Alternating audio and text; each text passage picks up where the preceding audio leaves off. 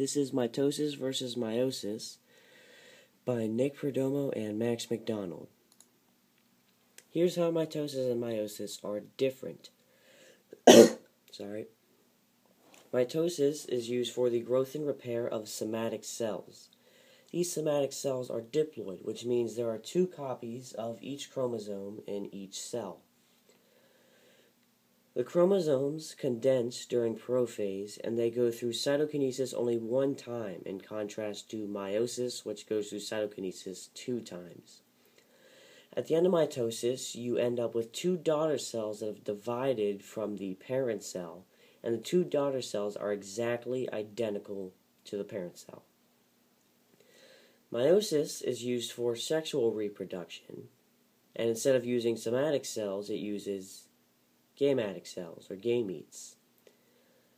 At the end of meiosis, you will have haploid cells, 4 of them, which means that each of the haploid cells have 23 chromosomes. The chromosomes cross over during prophase, in contrast to mitosis, which is when they condense during prophase. And we already talked about it only goes through cytokinesis twice. 4 daughter cells are produced at the end of meiosis, and each daughter cell that is produced is genetically different. Here's how mitosis and meiosis are similar. Chromosomes in both processes line up in the center, and DNA is synthesized only one time in both processes. Alright, now here's an example of mitosis. We have this little kid here. He's playing football with his friends and stuff, and he's running for the football. And then all of a sudden, he trips and scrapes his knee.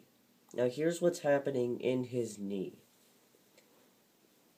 The parent cells are being divided into 2 diploid cells.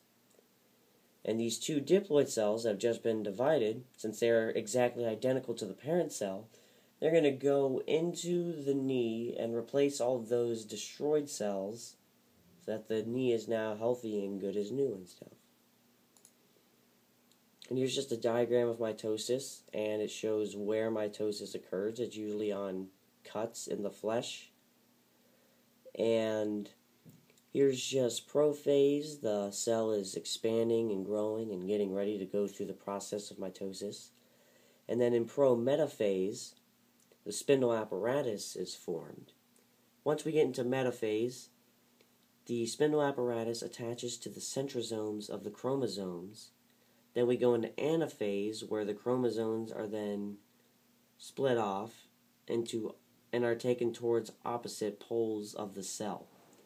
Then in telophase, the cell finally divides into 2 diploid cells. And those diploid cells are ready to go in and fix that cut up and make it look like the rest of the skin. And now here's a diagram of meiosis. We first have the parent cell. The parent cell is then going through DNA replication, giving it 92 chromosomes. And the chromosomes also cross over, which in prophase. The cell that now has 96 chromosomes then divides into 2 cells that has 46 chromosomes. Those 2 cells right there, they then divide into 4 haploid cells, each of these haploid cells containing 23 chromosomes. And that's pretty much it for mitosis and meiosis.